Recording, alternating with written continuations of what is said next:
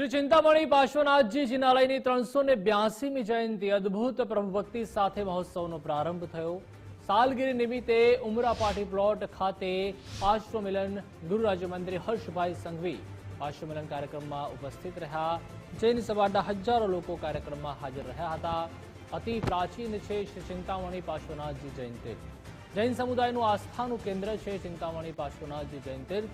સુરતમાં 382 વર્ષથી આસ્થાનું કેન્દ્ર સ્થાન છે। चिंतामणी पार्श्वनाथजीનું तीर्थ जैन शासनની વિરાસતનું પ્રતીક છે। તો મહત્વનું છે કે સુરતના શાહપુર વિસ્તારમાંથી પ્રાચીન શ્રી ચિંતામણી પાર્શ્વનાથજી જૈન તીર્થ જૈન સમુદાયનું આસ્થાનું કેન્દ્ર છે। આ તીર્થ સદીઓથી જૈન શાસનની વિરાસતનું પ્રતીક છે। હજારો ભક્તોને ચિંતામણી પાર્શ્વનાથ દાદાની કૃપાનો સાક્ષાત્કાર કરાવે છે। ત્યારે આજથી અહીં ત્રિદિવસીય પાશોત્સવ ચિંતામણી કાર્યક્રમની શરૂઆત થઈ છે। मारी चिंता चूर महोत्सवनी पण शरूआत थई छे। चिंतामणी पार्श्वनाथजी तीर्थनी 382મી वर्षगांठ निमित्ते आ महोत्सव योजाई रह्यो छे। चिंतामणी पार्श्वनाथजीनी गाथा पण अद्भुत छे। आजे पण तेने याद करवामां आवे छे। सूरतमां आ स्थळे सैकाओ पूर्वे रहता एक श्रावकने स्वप्न आव्युं हतुं के नजीकमां कूवामां पार्श्वनाथ दादानी अलौकिक प्रतिमा छे। जे बाद 1 રૂપિયામાં જ તૈયાર થયેલું આ તીર્થ આટલા વર્ષોથી જૈન શાસનની વિરાસતને સાચવીને બેઠું છે। ત્યારે આ મહોત્સવમાં મોટી સંખ્યામાં જૈન શ્રાવકો અને જૈન સંતો તેમજ જૈનાચાર્ય ઉપસ્થિત રહેશે। અદ્ભુત પ્રભુભક્તિ સાથે પાર્શ્વોત્સવનો પ્રારંભ થયો છે। આ કાર્યક્રમમાં ગૃહ રાજ્યમંત્રી હર્ષભાઈ સંઘવી ઉપસ્થિત રહ્યા હતા। ગઈકાલે તેમણે અહીં આરતી વંદનાનો લાહવો લઈને ધન્યતા અનુભવી હતી।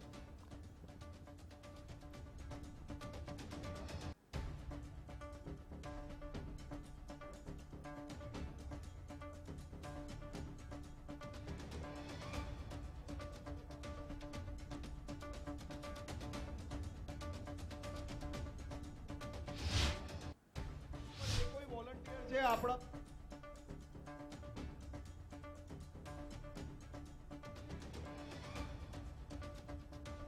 દાદાના આશીર્વાદથી બધી જ વ્યવસ્થા થઈ જશે। કોઈના પાસ ચેક કરવાની જરૂર નથી, બધાને હવાલો।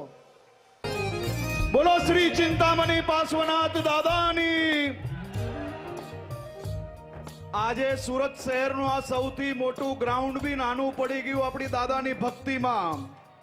મારી આપ સૌ યુવાન મિત્રોને વિનંતી છે, જ્યાં વડીલો દેખાય એને બેસવાની જગ્યા આપીએ અને યુવાનો જ્યાં જગ્યા દેખાય ત્યાં નીચે બેસે। બાળકોને સીટની બદલે વડીલોને જગ્યા આપણે સોફા પર ખુરશી પર આપો। બધા જ લોકો આ પાછળ જે લોકો ઊભા છે એ લોકોને બેસવાની વ્યવસ્થા થઈ શકે એ માટે પડદો ખોલાઈ લેજો। બોલો શ્રી ચિંતામણી પાર્શ્વનાથ દાદાની જય। આ હજારો લોકો કદાચ આપણે पहली बार एक भक्ति नी अंदर अटलो मोटो इतिहास तमे जारे बनायो त्यारे बधाज बे हाथ ऊंचा करो भाई, बे हाथ ऊंचा बधाज एक साथे। बोलो श्री चिंतामणी पार्श्वनाथ भगवान की बधाज वडीलो ने जग्या आपे। मेहरबानी करीने ज्यां जग्या होय त्यां वडीलो कोई उभा होय आजूबाजूमां तो एने बेसवानी व्यवस्था करे। युवानोने मारी बे हाथ जोड़ीने विनंती छे। आजे છેલ્લે જે આરતી છે મહાઆરતીમાં હજારો દીવાઓની વ્યવસ્થા બધા જ કાર્યકર્તાઓ દ્વારા કરવામાં આવી છે, તમારા સુધી પહોંચાડવામાં આવશે। આ આરતીના દ્રશ્ય એ ના ભૂતો ના ભવિષ્ય હશે અને જૈન સમાજના હજારો લોકો એક સાથે મળીને જ્યારે આરતી ઉતારતા હશે ભગવાનની દાદાની, એ દ્રશ્ય બી નિરાલા હશે। तो ये आरती माटे બધા જ લોકોને દીવાઓ પહોંચાડવામાં આવશે। દીવાઓ સાચવીને અને શાસનના ઝંડાઓ તમને આપ્યા હશે કે પાસ તમારી પાસે જે હતો એ ક્યાંક નીચે નહીં નાખતા, કારણ કે ભગવાનનો ફોટો એ પાસ પર ક્યાંક ને ક્યાંક છે એટલે ખિસ્સામાં રાખજો ને વ્યવસ્થિત જગ્યા પર મૂકજો ને શાસનનો જે ઝંડો છે આપણો એને જતા જતા નીચે નાખીને ક્યાંય નહીં જતા। શાસનનો ઝંડો ક્યાં ઘરે લઈ જજો ક્યાં બહાર ટેબલ પર વ્યવસ્થિત મૂકજો જેથી કોઈ આસાધના ના થાય એવી આપ સૌ લોકોને ખાસ વિનંતી છે।